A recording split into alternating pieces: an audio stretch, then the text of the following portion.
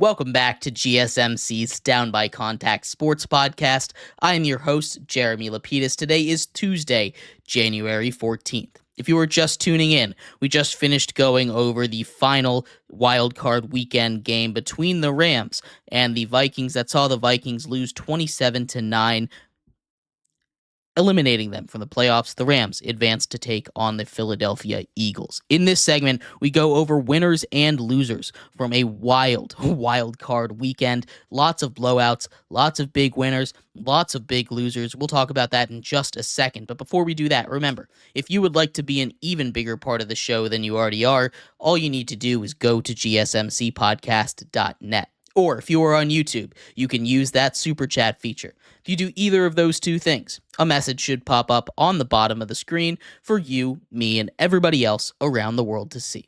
If you do have a burning question about sports, anything at all that you would like to ask, go and throw that in the comments. Throw it in the chat. I will get to it as soon as I possibly can. I appreciate everybody so much for sticking around, talking some sports with me here on a beautiful Tuesday, January 14th. But like I was saying, we are going to get into the winners from a wild card weekend. The biggest winners here, I've got 5 picked out, just like we did in the regular season. This one, of course, a shorter list. But at number 5, just very broadly, the NFL won this week at number 5. They had the matchups that they wanted in the second round. Obviously, you have the big one that's going to be the big focus point, the Ravens versus the Bills. That is going to be the big focus point for this week. But also you get a Texans versus Chiefs game that at the end of the day, I think will be a lot more competitive than a Chargers game. You get 2 rematches on the NFC side, Eagles versus Rams. That one turned out a little bad for the Rams, but still, they're playing a lot better defense right now than they were when they first played, and a Commanders versus Lions game that is just going to be wild, right? That is going to be a game with absolutely no defense, absolutely a million points being scored. The NFL wins. They get probably the best possible matchups that they could have gotten in the divisional round of the playoffs. They are 5th biggest winner of the week here. At number 4, I put very simply defenses. They won a lot of these games. Obviously, we just finished talking about the Monday night game. That Rams defense won that game for them more than the Rams offense did. And the Rams offense did not need to do much. They did their job. They didn't turn the ball over. They did what they needed to. But that defense is what really won the game for them, right? You had defenses of the Texans winning the game for them. The defense of the Eagles won that game for them when the offense was not being very effective, but the defenses are really stepping up this year in what has been a kind of down year for scoring. And that's not necessarily a bad thing, right? You don't need scoring to have a, exciting game or an exciting season. But when these defenses are playing great, like they have been all playoffs long, like all these teams in the playoffs have great defenses, you get close games most of the time. And I think you're going to start to see that as we move further and further along in the playoffs.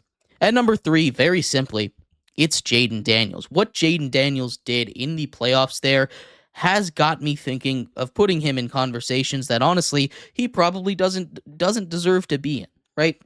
What he's been able to do, especially in clutch time, especially as a rookie, and especially on a franchise like Washington's that has been so down in the dumps for so long, is incredible. I have really put a lot of brain power into avoiding saying that he is a top 5 quarterback in the league right now, but I don't think that that's too far off. Right? He is a guy that obviously behind the big 4 in Mahomes, Allen, Burrow, and Lamar Jackson, who do you have at 5, right? Justin Herbert, Jalen Hurts. I don't see why not. I don't see why you can't have a guy like Jayden Daniels in that discussion at number 5. Now, I'm not saying I will die on this hill, but what he has been able to do all season, and especially in the big moments, we just got finished talking about how Sam Darnold was unable to step up in the big moments. Jayden Daniels is a guy that I think you could pretty comfortably argue is potentially the 5th best quarterback in the NFL right now, and he is just a rookie. That is crazy crazy to say, but he is something special. What he's able to do with his legs and with his arms is ridiculous, right? His ability to extend plays, and again, while he takes sacks, his sack avoidance is something that's very impressive, right? I just got finished talking about how negative plays like sacks are super, super bad. But his ability to avoid sacks, avoid players, get those extra couple of yards and be elusive and shifty and keep his eyes downfield is incredibly impressive. And Washington is going to be very good for a very long time as long as they have that man under center. Our number 2 winner this week, it's blowouts, right? 5 out of the 6 games were blowouts, and you got to see who the real contenders were. Now, we did, of course, a little bit of a tier list right before the NFL playoffs kicked off. We put contenders, we put potentially could get it done, and we put teams that needed a little bit of luck, right? All of the teams that were further back in our contender list are gone. They're not here anymore, right? You have your true contenders, you have your top seeds, and then you have your guys that just couldn't really keep up with the heat in the kitchen, right? The blowouts were there. Now we get pretty, I think, unquestionably, the best 8 teams in football left standing at the top of the hill. And I'm very, very excited to see who is left after this week, because this week I think is going to be the most chaotic week that we have seen in the NFL all year. And finally, the number 1 winner. We could not put any team on here but the Washington Commanders, right? The Washington Commanders get their first playoff win in 20 years. Not since 2005 have the Washington Commanders won a playoff game. They have not had this kind of success since 1991 when they last won a Super Bowl. They have not been this kind of franchise where I look at them and say, oh, they are dangerous, in my entire lifetime.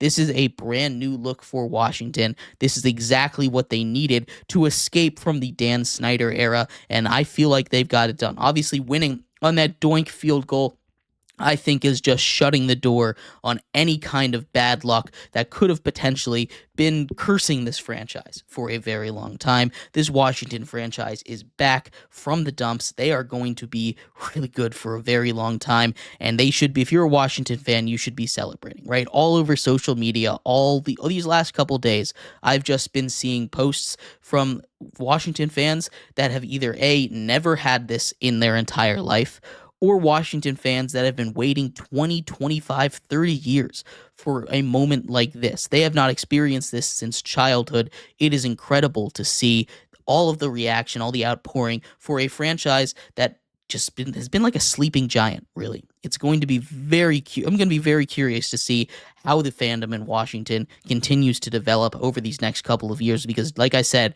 Jaden Daniels is a guy. And it's going to be very exciting to be a Washington fan, not something that you could say 3 years ago and get a serious look.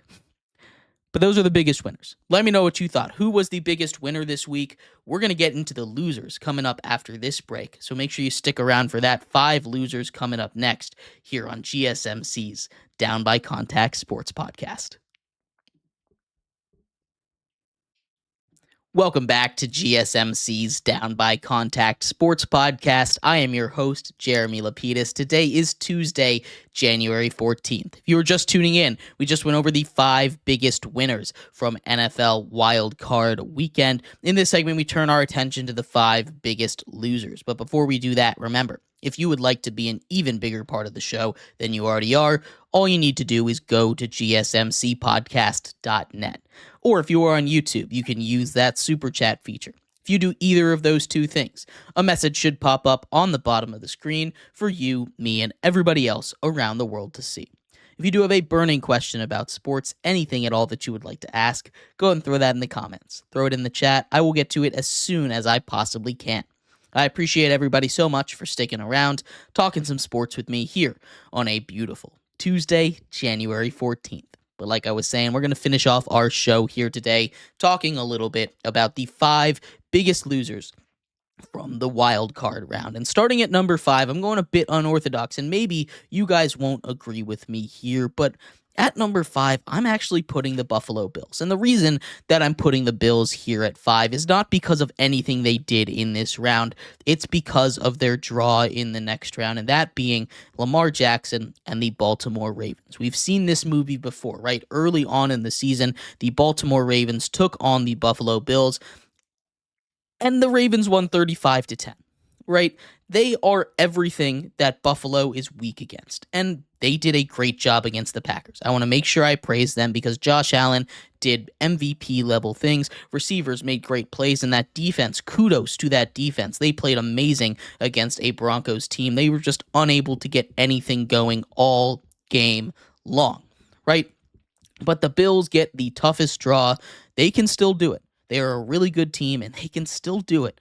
But a draw that just kind of exposes all of their biggest weaknesses in the Baltimore Ravens is just a tough one for them. So for those reasons, they are the number 5 loser this week. At number 4, the Packers. Packers wide receivers, Packers injuries more specifically, right? The Packers suffered brutal blows, not just this week, but last week to their team. Honestly, one that they maybe could have won with the way that the Eagles offense was playing if they were completely healthy. Obviously, Jordan Love suffered an injury on his throwing hand. He was good to go, but I don't think he was 100%, right? You have, of course, the injuries to the wide receivers, which were much more public and much more out there. You lose Christian Watson to an ACL. He is done for the year. He is done for most of next year as well. There's a potential that he doesn't even play next year. For a guy that's been riddled by injuries, that is a huge loss, especially for a Packers team that likes to throw it deep. In the game, they lose their number 2 receiver or number 1 receiver in Romeo Doubs to a concussion, and then they lose Jaden Reed to a shoulder injury, right? Top 3 ball catchers all out for the game, and it just puts them in a really tough position, not one that's really advantageous for winning a playoff game on the road against one of the best defenses in the NFL. Now, Josh Jacobs was great. Packers did a good enough job, but at the end of the day, those injuries are going to hurt them into next season, so they are number 4 losers of the week. At number 3, it's Justin Herbert. I love Justin Herbert. He's a great quarterback, and I will buy all of this stock, but he threw 4 interceptions this week. He threw 3 interceptions all season long. He threw more interceptions in this one game than he did the entire NFL season, which is not the kind of stat that you want to be a part of, but it also shows you the good side of Justin Herbert. It shows what he can be. It shows why he is a guy that I really do believe in.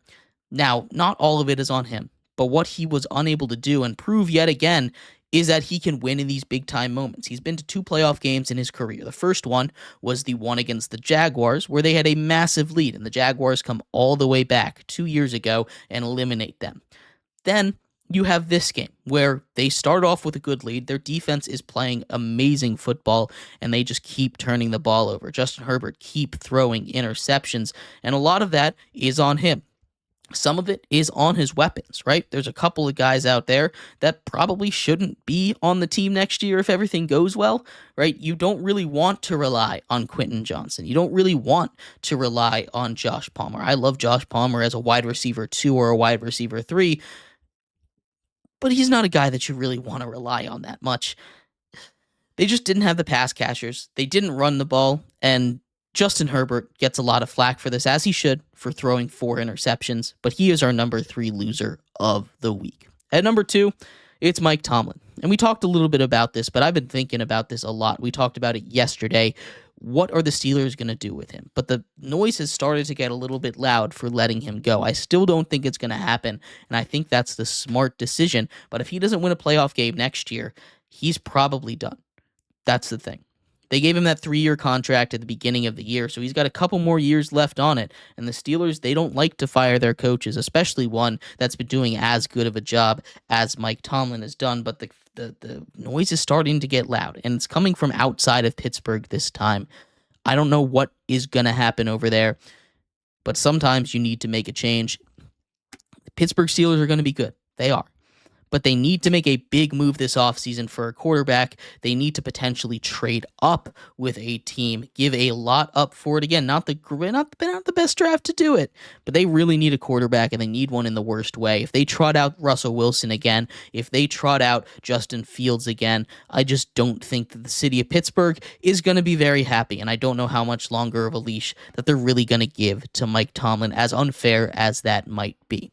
He's our number 2 loser of the week. And the number 1 loser of the week, it's Sam Darnold. There's no one else that could be at the top of this list. Sam Darnold not only lost a game for his team, took 9 sacks, held the ball way too long, was inaccurate, kept overthrowing guys, but probably lost out on about $50 to $60 million total with his performances in these last 2 games. That is a brutal way to end your season, especially one that has been so positive and so good for a guy like Sam Darnold. He is the biggest loser of the week, and I don't think anybody else is even remotely close to how big of a loser that Sam Darnold is right now.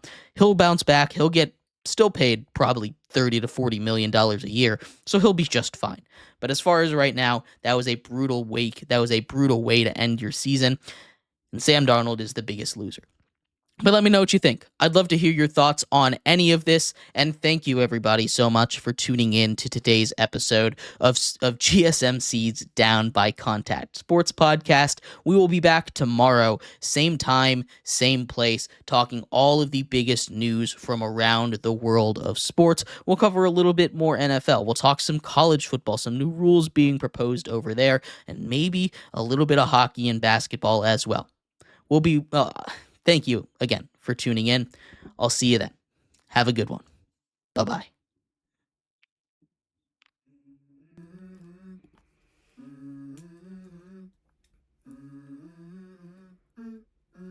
Let's go.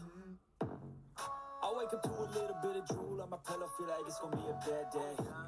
Yeah, I'm tired of shit, and the coffee ain't hit yet, damn, ain't that great.